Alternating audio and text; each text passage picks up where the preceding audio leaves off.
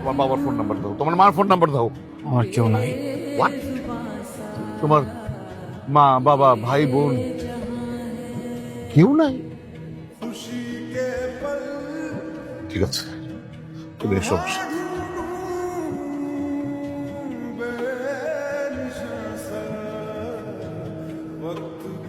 বিয়েটা তো হয়ে গেছে না, সংসারটা করি। কিসের সংসার? আমি আপনার বলছি আমি সংসার করবো, আমি আপনার বলছি আমি আপনার বিয়া করবো। হ্যাঁ,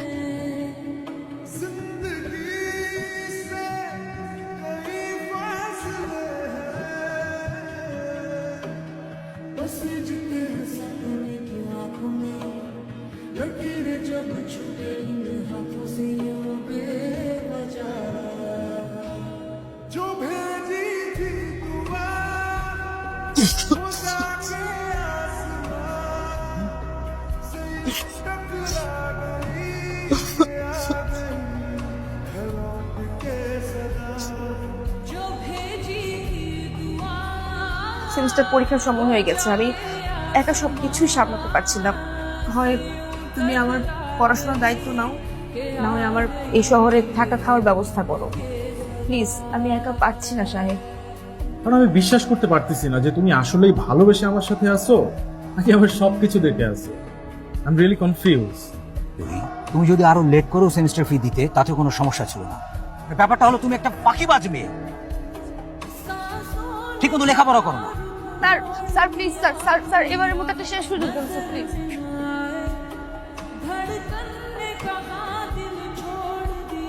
শাহেদের ফ্রেন্ড না, গার্লফ্রেন্ড। ও আমাকে লাস্ট 1 বছর যাবত বিয়ের কথা বলে ঘোরাচ্ছে, বিয়ে করছে না। ও একটা গোল্ড ডিগার বাবা, ও টাকা পয়সার লোভী। মুখ সামনে কথা বলো তুমি। কি মুখ সামনে কথা? কি বলতে চাও তুমি? কেন আসছো আমার বাসায়? কেন আসছে বোঝো না তুমি? তুমি বিয়ের কথা বলে কেন ঘোরাচ্ছ? বাবা, শি ওয়াজ ম্যারিড। আমি মানি ওর সাথে আমার রিলেশনশিপ ছিল, বাট আমি কোনোভাবেই জানতাম না বাবা রিলেশনশিপের আগে দ্যাট ও ম্যারিড ছিল। ওর হাজবেন্ডকে ডিভোর্স দিয়ে আসছে আমার কাছে। আমি শুরু থেকে বুঝতে পেরেছি যে তুমি একটা অসভ্য ফ্যামিলি থেকে এসছো, না হলে এখানে এসে এইসব কথা বলতে না।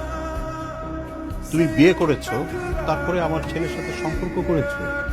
তুমি আমাদের ফ্যামিলি সম্পর্কে জানো? আমি রেডি হচ্ছি, অফিস আসতেছি। আজ থেকে আপনাকে কাজে আসতে হবে না। আমাদের এখানে আসলে সব মানুষের চাকরির ব্যবস্থা আছে। কি মনে হয় গতকাল বাড়িতে গিয়ে সিক্রেট করে এসেছেন? ওনারা তো আসলে আমাদের ক্লোজ ফ্রেন্ড। ওখান থেকে ফোন এসেছে, আপনি যে ধরনের ঘটনা ঘটিয়ে এসেছেন, তারপর আপনার চাকরিটা আসলে উই আর রিয়েলি সরি। 20,000 টাকা ফাইল।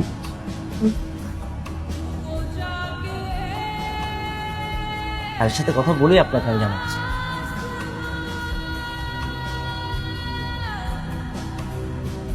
সন্দেশ, আমি তোমাকে এখানে দেখে খুব খুশি হয়েছি। কি নাম আপনার? রুহি। রুই, আমি কি আপনাকে চিনি? রহিম, সরি আপনার চাকরিটা হচ্ছে না, আপনি বুঝতে পারবেন। স্যার কি বলেন?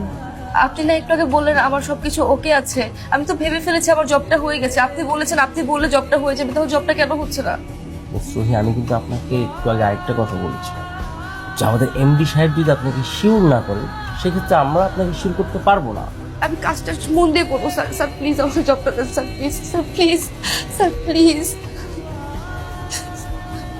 স্যার। স্যার আরে রোহিত, জি স্যার, জি sir, okay sir, please Rohit, আপনার চাকরিটা হয়ে গেছে। জি স্যার। আপনার চাকরি হয়ে গেছে, আগামীকাল থেকে আপনার জয়েন। Thank you sir.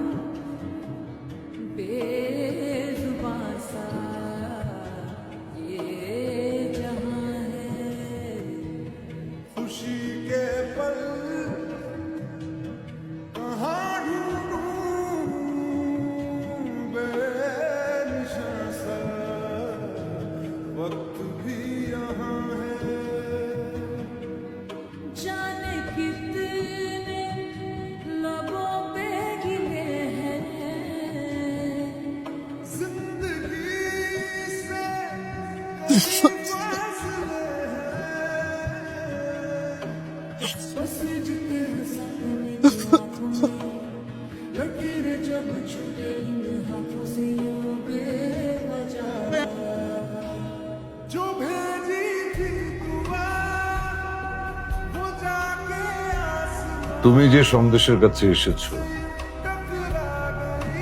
সে তো তোমার কেউ না।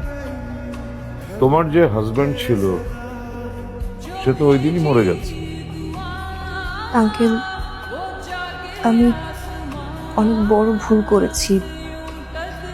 সন্দেশের মতো ছেলেকে আসলে আমি দূরে ঠেলে দিয়েছি, অবহেলা করেছি। আমি কাজটা ঠিক করিনি।